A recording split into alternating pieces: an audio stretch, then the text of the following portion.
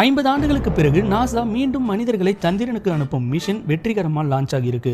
Artemis 2 அப்படின்ற rocket Florida Kennedy space சென்டர்ல இருந்து லான்ச் பண்ணப்பட்டிருக்கு. இதுல 4 விண்வெளி வீரர்கள் Reid Wiseman, Victor Glover, Christina Koch, Jeremy Hansen இவங்களாம் தான் பயணம் செய்றாங்க. மிகவும் வேகமா பாயக்கூடிய இந்த ராக்கெட் லான்ச் ஆன சில நிமிடங்களிலேயே, அதாவது 8 நிமிடத்துக்குள் 0ல இருந்து 17,000 மைல்ஸ் பர் ஹவர் வேகத்துக்கு போயிருக்கு. 8 நிமிடம் 20 வினாடிகள் கழித்து ராக்கெட்டோட முதல் பகுதி அதோட வேலையை கரெக்டா முடிச்சிட்டு ஸ்பேஸ் கிராஃப்ட்ல இருந்து பிரிந்து பூமிக்கு திரும்பி கடல்ல விழுந்திருக்கு. இந்த மிஷன் சந்திரன்ல இறங்குறதுக்கான மிஷன் இல்ல. ஃபர்ஸ்ட் அவங்க பூமியை ஆர்பிட்ல சுத்தி வருவாங்க.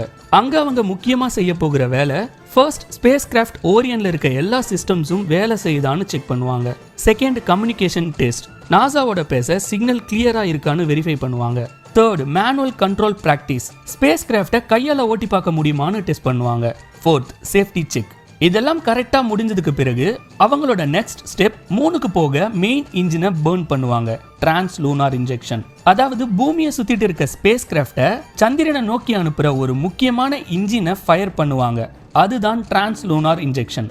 சந்திரனுக்கு போனதும் அங்க சந்திரனோட ஆர்பிட்ல சுத்தி வந்து ஸ்பேஸ் கிராஃப்ட்ல இருக்க எல்லா சிஸ்டம்களையும் டெஸ்ட் செஞ்சு முடிச்சதுக்கு பிறகு பாதுகாப்பா பூமிக்கு திரும்பி வர பாதையை செட் பண்ணுவாங்க. இந்த மிஷன் மட்டும் சக்சஸ் ஆச்சுன்னா அடுத்த மிஷன்ல மனிதர்களை சந்திரன்ல இறக்க போவாங்க.